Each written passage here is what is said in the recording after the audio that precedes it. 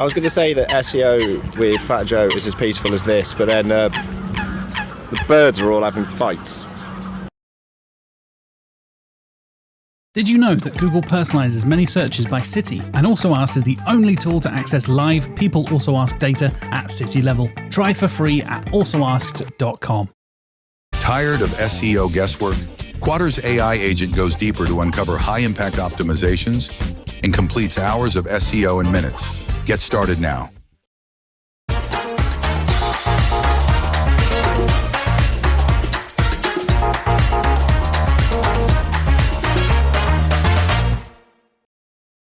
Wow. So I missed the memo about how to write a catchy title like Conversion Tracking is Dead in 2025. So I'm actually just impressed that you've turned up.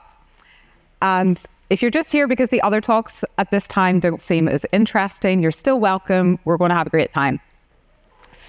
We're starting with a photo of me 2 years ago in France. I know, I've changed a bit. The hair growth shampoo is really working for me. So, context.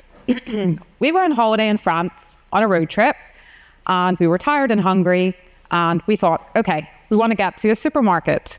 So I pulled out my phone, opened Apple Maps, which was my first mistake, and typed in supermarkets near me and drove to that location. This is the photo at that location where there was just a green field and a building site. So what is my point? Also a lot of arguing, like, why didn't you use Google Maps? We should have asked someone for directions. The point is, and maybe you have experienced this, probably you have, because I literally hear about it every single day. Different platforms give different data, even when they should be like the same. So, for example, you're looking at Google Ads, which is saying one thing. You're looking at Shopify, which is saying another. And you're looking at Google Analytics, which is telling you should invest all of your money into direct traffic and not set, whatever that means. So does this resonate with people? Are people familiar with this issue? Yes? Great. So welcome to the data dilemma, as I like to call it. So I'm going to talk about 3 things today. Number 1, why is it like this? Why is tracking not simple, easy, nice and shiny and easy to use? Why does it not make sense? The second thing I'm going to talk about is, why does it matter? Hopefully that's obvious. And finally, I'm going to talk about, yes, of course, the whole point of my talk, what we can actually do about it. So starting with number 1. My favorite question to ask people, data, that's where I'm going wrong in life. Why are you the way that you are? Why is tracking such a mess? So I'm going to ask a question. Don't know if anyone will be brave enough. I'm going to sound like a teacher. So using the words client side and server side, is anyone confident enough to explain like how a web page loads in your browser, like what is actually happening? Great. I'm glad no one said yes, because that would have ruined my next slide. And just to preface my next slide, which is a diagram, I got lost using Google Maps on Brighton High Street, which is a straight line. So you will definitely be able to understand this if I can. So on your right side, no left, if you pull out your phone, don't actually pull out your phone, pay attention. If you were to pull out your phone and open like Safari or Chrome and open a web browser, like what is actually happening? So whenever you open a web browser, that is what is known as the client, because that client is receiving the information. What happens when you type in a website? It's a URL, just made easy for humans, but ultimately it translates into an IP address. So if you're imagining that you're going to the library, like what is a website? Ultimately, a website is just coded files stored in a physical location called a server. So you're saying, hey, this is the address. The internet is doing its magic. It's finding out where those files are located, in the server, and then the server is sending them back via the internet. And hey presto, you have the web page in your client. So why am I explaining this? I just feel very passionately, maybe too passionately, that if people understood the fundamentals of like what's actually happening, that it would actually help you to understand like the issue. So what is tracking? Tracking is mainly things that happen in the client side. What is tracking? It's essentially cookies and pixels. They are just pieces of JavaScript that, track things like if I click a button. So if I were to click a button and that had to be like sent to the server and the server had to come back again, we'd be complaining about like a lot more than just like tracking BMS. Websites would be really slow. So that's why tracking is the way that it is.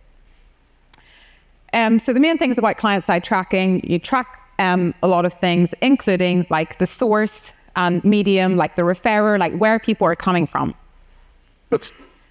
And it's usually used for tracking like user behavior. In contrast to server-side tracking, which I would say it's not even really tracking, it's just logging. So like every time you make a request to a server, it's just logging things like the timestamp, the user agent, the IP address, things like that. And it's not limited by like, the things that I'll show you in the next slide. So there's a few things that impact tracking, which some of you may have heard about. So there's some statistics there. A lot of people decline tracking cookies, which limits what we can track. People use ad blockers. There are also some other things. So if I went on a website and did something and then I quit that browser really quickly, that means that the JavaScript, the tracking that is running, it would not have had time to run, which means that data is lost. So all of this to say that 100% accuracy, it isn't possible. It never was. It never will be. And yeah, that's the end of my talk. So yeah, you might be sitting there thinking, hang on a second, Abbie, like a few years ago, it really wasn't this bad. Analytics was fairly easy to use. The data sort of made sense, and you'd be right. But there are quite a number of things that have happened in the past few years which have impacted tracking, which I've summarized on this timeline. Not so good at self-promotion, but I do actually have an ebook. So if you want that, I'll send you that. And it just breaks down the major events over the past few years which have impacted tracking and how. So this leads in to part 2, which is why does it matter? So bad data, bad decisions. If you have poor tracking set up, you'll make poor decisions, you'll waste your budget, and you'll get poor results. Just want to highlight that there are 2 aspects of this. So there is the data out, or in English, out, that you get from your reporting platforms. So you want to check like the quality of that data, how accurate is it, and is that well set up? Then the other aspect is the data in. So what data are you sending into your ad platforms? Is that optimized? And is that good quality data? So those are the 2 main things to think about. It's like the data into the ad platforms, because let's face it, we're all trying to work the algorithm. So, whatever we can do to help that and help our campaigns get better results, we should do. Got a token statistic, thanks HubSpot. 61% of marketers struggle to prove ROI. Is that the case with any of you? Do you struggle with that? Make a noise. Or don't. You're all great. So, final part of my talk is, so what can we actually do? I've said in my title that I can't even remember the name of my title, Optimizing Conversion Tracking in a PPC World. I definitely should have got someone to write something different for me. So the best practices to improve PPC tracking. Just going to say, what I will do and what I won't do. So what I'm not going to do is like promote specific tools or softwares that, you know, do magic.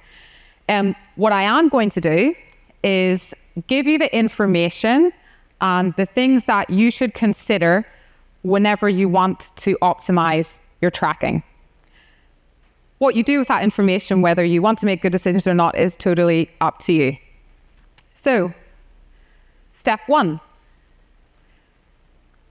What do you want to know? This may seem obvious, but judging by the frustration I feel in my body, it's like a lot of people do not think about this. One of my pet peeves is when customers are like, hey, yeah, can we just track everything? It's like, why? I'm surprised I have any clients left because I'm literally like, why? What value is that going to bring to you? So people really should think about what you want to measure and why, and also how you're going to measure it. There is a great quote by Mark Twain. Data is like garbage. That's American for rubbish. You'd better know what you're going to do with it before you collect it.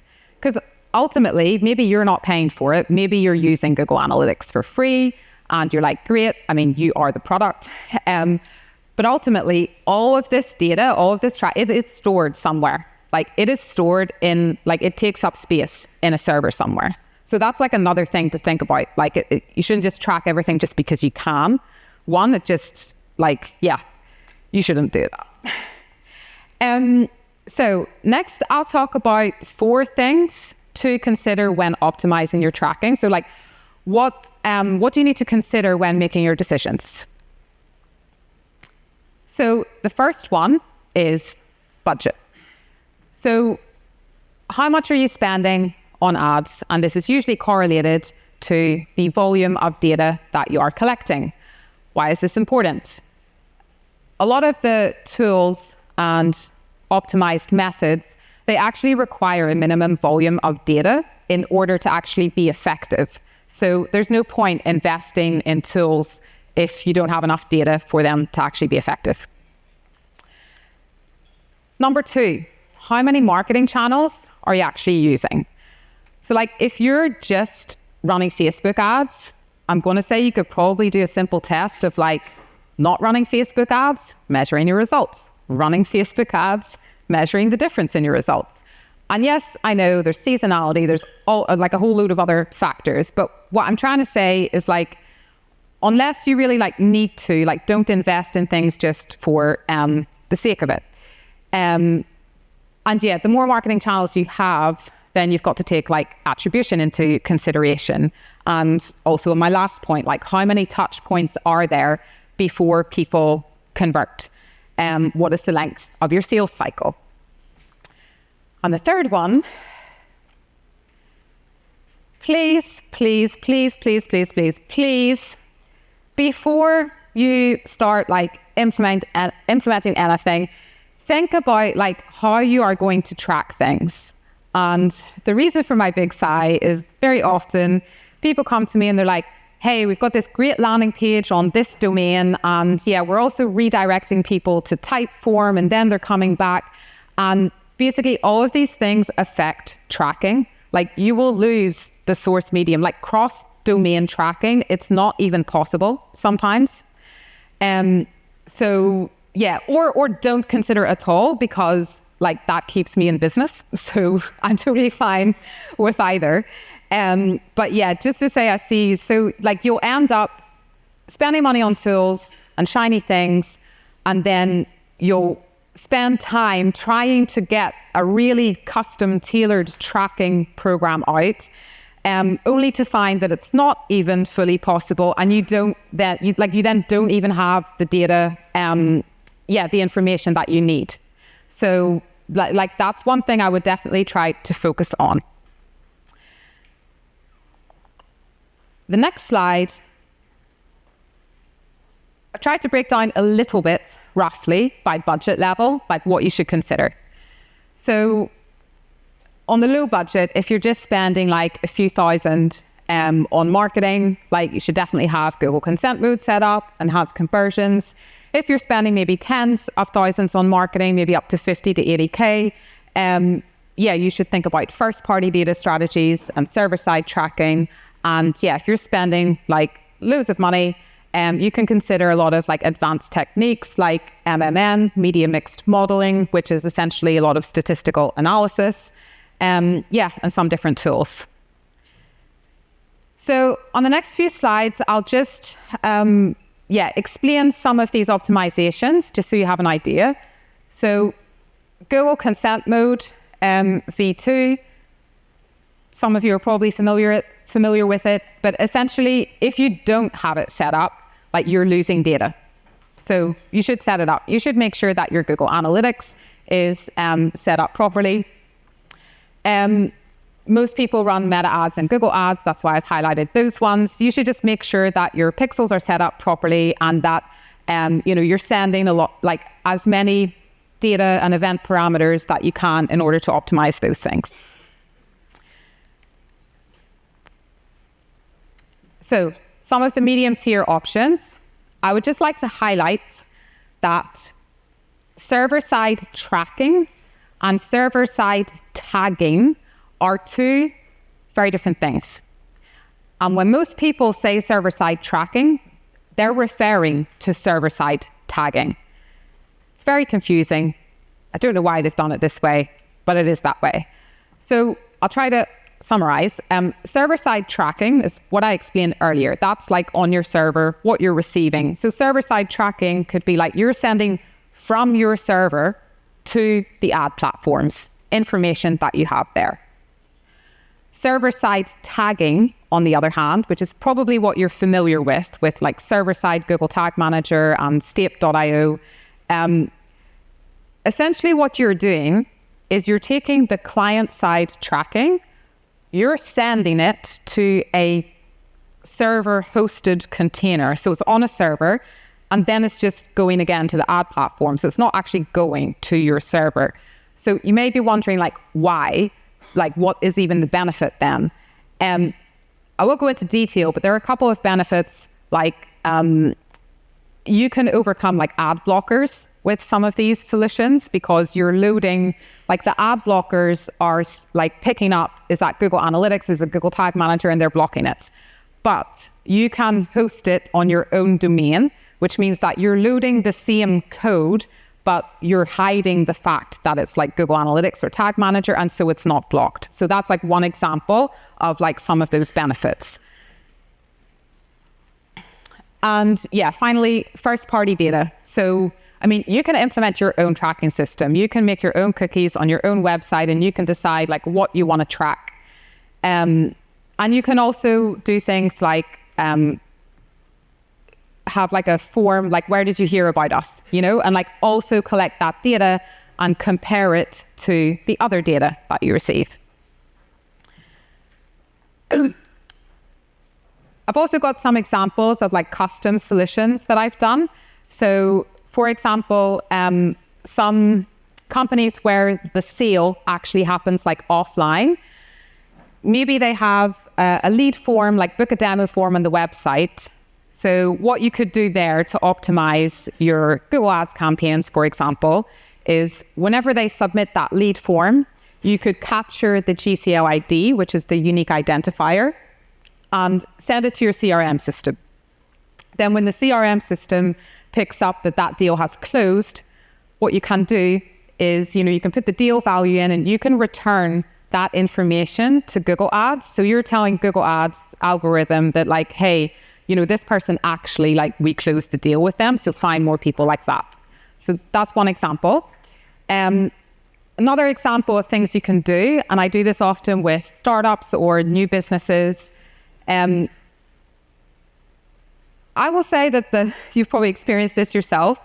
Some algorithms are better than others. I would say actually Facebook's pretty good, but I've witnessed like Google Ads algorithm making some decisions where I'm like, I don't think that makes sense. So we talked about the data going in, and you want to optimize that as much as possible. And you want the algorithm to learn as fast as possible. So instead of waiting for a conversion to happen, what you could do is think of like, what are some signals of buying intent? Is it that they've spent a certain amount of time on the website? Did they look at certain pages? And you could create custom conversions and send that information back to the algorithm and say, yeah, these people, like we want more of these people. So next slide. Don't really know if we're doing questions, but yeah, if any of you have implemented these solutions, seen results, and want to share them, then feel free. Finally, the cost of inaction. And yeah, sorry, there's a lot of slides about Muay Thai. In case anyone was wondering why I'm wearing sandals and a summer dress, I'm literally just back from Thailand, so that's why. And everything is related to fighting. If we're honest, we're all fighting because we all want the customers. We all want everyone to choose us, to choose our product, to choose our service. And so if you want to be like the best in the fight, then you got to give yourself a chance. How do you do that? Optimize all of your data, watch all of your opponent's videos. And yeah, if you don't do that, you may get kicked in the head and KO'd. Not that I would know anything about that. So finally, things you know. Basically, yeah, if you don't adapt, then you're missing out. Your data's going to be poor and you're not giving yourself a chance to do well. Your data quality is critical to your business success. And I have 3 key takeaways from today. What I think that you should remember is, number 1, embrace imperfection. Recognize that tracking, it's not like an exact science. So just focus on what you can measure, focus on what you can optimize. Number 2, understand the difference between client and server. I just think that then that really helps you to make the right decisions, and also like helps you to interpret the data and like how strong this data is and weak. And finally, the words of Simon Sinek, start with why. Actually take the time to think about like what is important to your business, and yeah, why you should measure like what you want to measure. I really hate cliche questions like this, so I have no idea why I included this. But yeah, finally, I haven't actually tested this QR code, so I'm just really hoping that no one is playing a trick on me and it goes to a dodgy website, but that should go to my LinkedIn profile if you want to connect with me. I'm offering a free audit to the first 5 people to connect with me on LinkedIn. And yeah, I mean, feel free to contact me for advice, recommendations, and thank you very much.